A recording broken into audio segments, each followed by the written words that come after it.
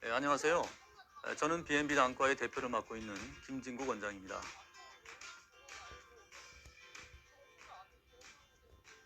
먼저 질문 하나 제가 드리겠습니다. 본다는 것이 무엇일까요? 네, 보통 시력을 얘기하죠. 1.0이다, 0.2다. 근데 안과 의사가 볼 때는 이런 시력 이외에도 시야, 색각, 기억유도, 대비감도, 조절력, 그다음에 균형감, 입체시 이런 것들을 통틀어서 우리가 눈에 대한 기능을 얘기하죠. 대뇌에는 신경이 12개의 가지가 있는데 그 중에서 8개가 눈에 관여하고 있습니다. 이런 신경을 통해서 모든 정보의 80% 이상이 눈으로 전달되죠. 이런 정보 처리를 엄청 해야 되기 때문에 뇌보다 많은 산소량, 많은 에너지를 필요로 하죠. 자, 눈이 노화되면 어떤 게 오게 될까요? 우리나라는 당뇨병성 망막증이 실명 1등이고 녹내장이 2등입니다. 그러나 60세 이상에만 생각하면 황반변성이 실명원인 1입니다. 즉 백내장, 녹내장, 황반변성 모두 심각한 시력저하를 가져오는 질환인 만큼 눈의 구조를 알아야겠죠. 눈은 사실은 카메라 똑같습니다. 카메라가 우리 눈을 따서 만든 거죠. 어떤 물체를 본다는 것은 물체에서 반사된 빛이 눈으로 들어와서 각막을 통과하고 동공을 통과하고 또 투명한 수정체를 지나서 눈 속에 있는 카메라의 필름과 똑같은 망막에 상이 맺히게 돼서 보는 겁니다. 카메라는 전체 화면을 다 선명하게 찍습니다. 근데 우리 눈 속에 있는 망막은 사물의 초점이 중심부만 뚜렷하고 주변부는 굉장히 흐리게 됩니다. 즉 망막의 중심부는 선명하지만 망막의 주변부는 대충 보고 있다는 거죠.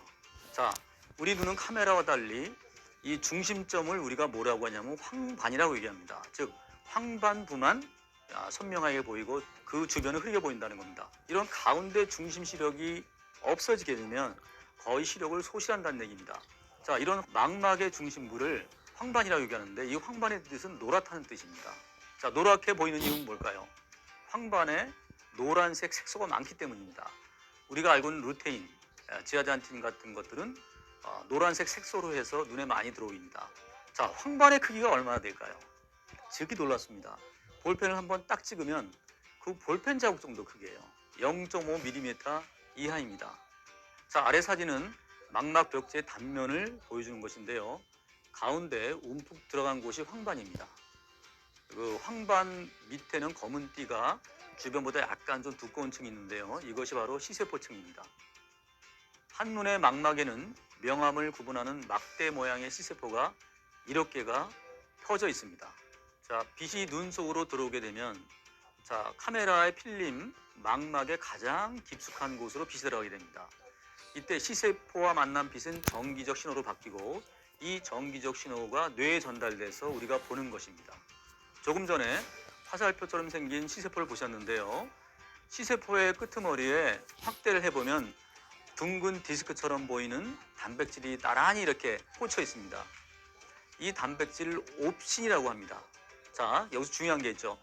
시세포 하나당 이런 옵신이 7개가 있습니다.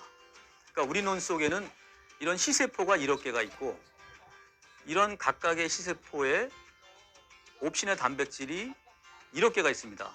그러면 옵신이 몇 개일까요? 약 1경개가 있습니다. 어마어마한 숫자가 우리 눈을 빛이 들어오면 해석하는 전기적 신호로 바꿔주는 역할을 하고 있는 거죠. 자, 시세포의 전기 신호는 시신경을 통해서 뇌를 거쳐서 후두엽, 뇌의 뒤쪽에 있는 시각 중추로 전달됩니다. 시각 중추에 있는 전기 신호를 이미지로 바꾸는 깜짝할 순간 0.3초 안에 대뇌에 있는 47개 영역 중에서 32개 영역으로 쫙 전기 신호를 보냅니다. 그래서 감각과 운동을 조절합니다. 그러니까 본다는 것이 어마어마한 일을 하는 거죠. 몸 전체는 눈이 좌우한다고 해도 과언이 아닙니다. 본다는 것은 정말 경이로운 과정입니다. 그리고 건조증은 꼭 하나 상식으로 알고 가셔야 됩니다. 제가 많이 가장 듣는 질문 중에 하나가 이거예요. 전 눈물이 많이 나는데 안과를 가면은 건조증이라고 얘기합니다. 자, 이게 무슨 얘기일까요?